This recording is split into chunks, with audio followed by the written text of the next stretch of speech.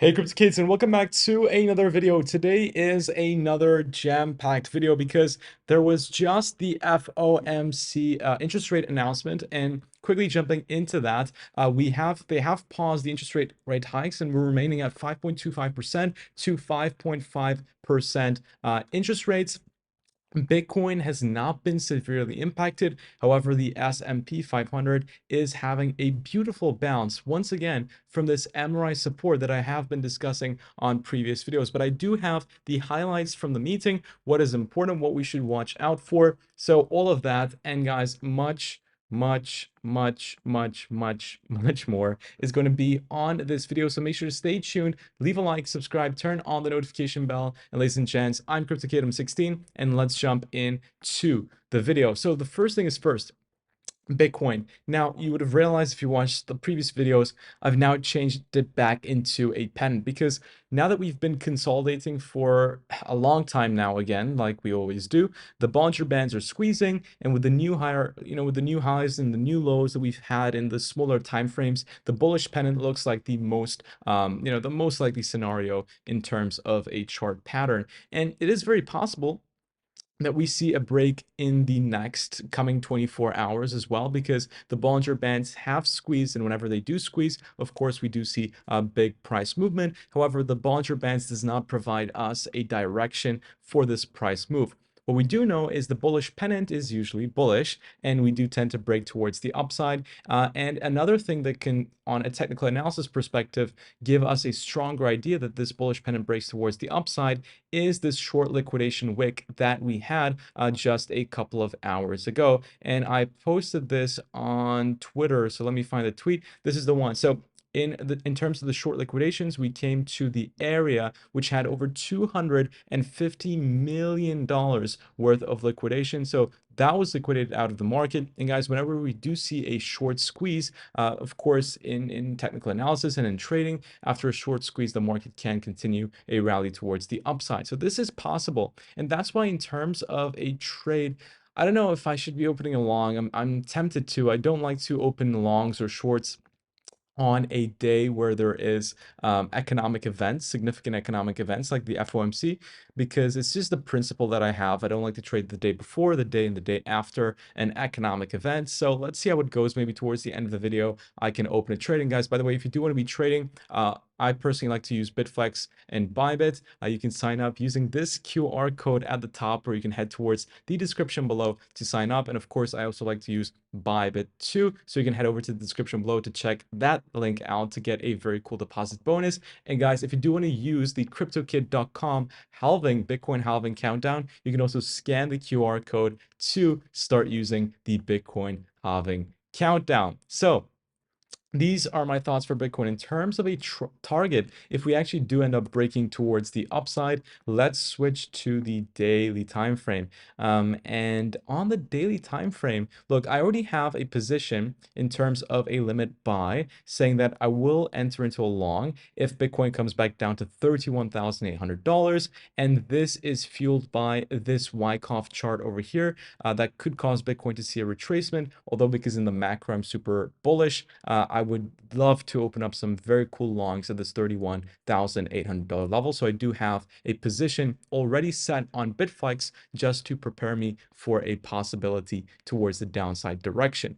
But if Bitcoin was to trade higher, then we need to zoom out perhaps on the weekly time frame. Let's get rid of the Bollinger Band so that the chart is a little bit more cleaner. And we can see over here, I mean, there is good resistance at $38,000 exactly, right? So there is a possibility that if we break towards the upside, Bitcoin can come towards a $38,000 range. I'm not a massive fan of round numbers because they don't really tend to work out nicely for Bitcoin in particular. So maybe $37,800 could be a good price target for Bitcoin if we do see that break towards the upside. So switching to the 4 hourly time frame, if you guys do want to open a long position, you can. Again, because it's my trading principle that I don't trade on economic news events, you could, if you wanted to, again, open a long position for the breakout, and then you could put a tight stop loss, and that would be a very nice, like 1 to almost 9 ratio risk to reward trade, which is absolutely beautiful. And even without leverage, that is a 9% win. So that is a possibility for a trade that you could set.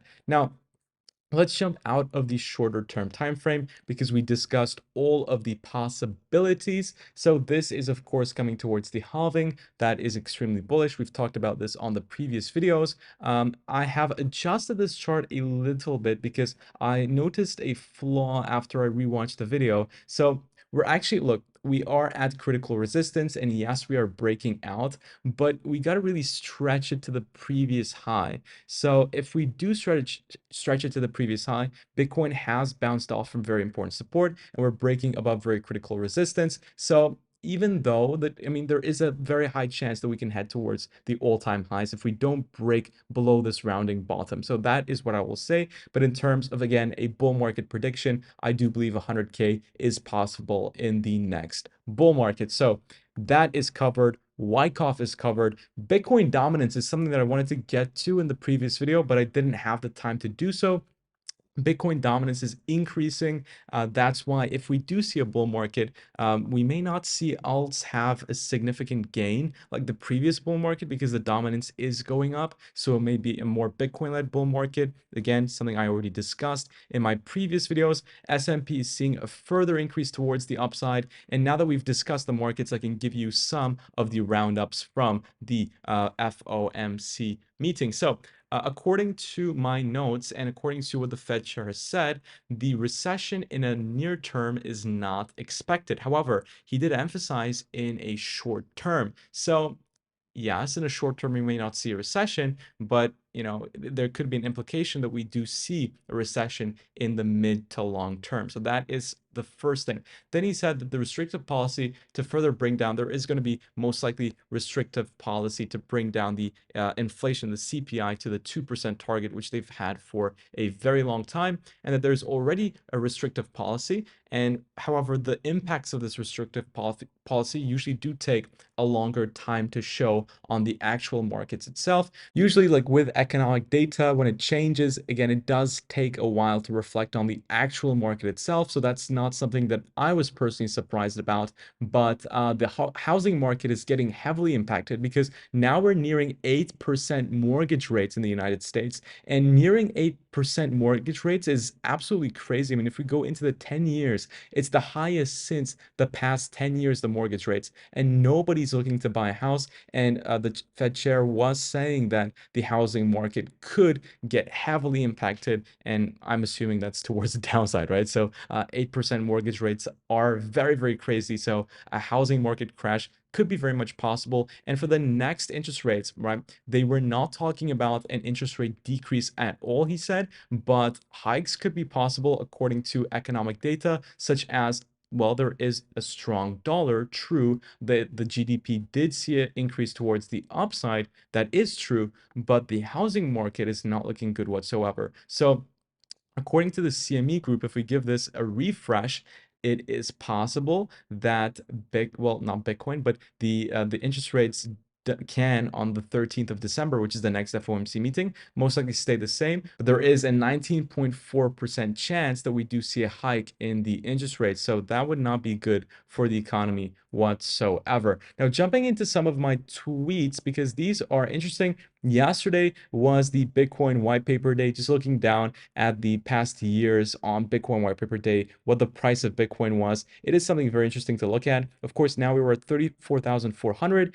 On 2022, we were at 20K. 2021 was 61K. Oh God, I wish those times were back. But yes, I mean, it's still going up on, hey, we're still in an uptrend, right? We only have one anomalous value, which is very normal, and that was 2021. So if we disregard the anomalous value, Bitcoin is still increasing every single year in an uptrend. So everything is looking good. You just got to zoom out when you're in doubt. And of course, Gary Gensler posted this tweet, which was a bit interesting.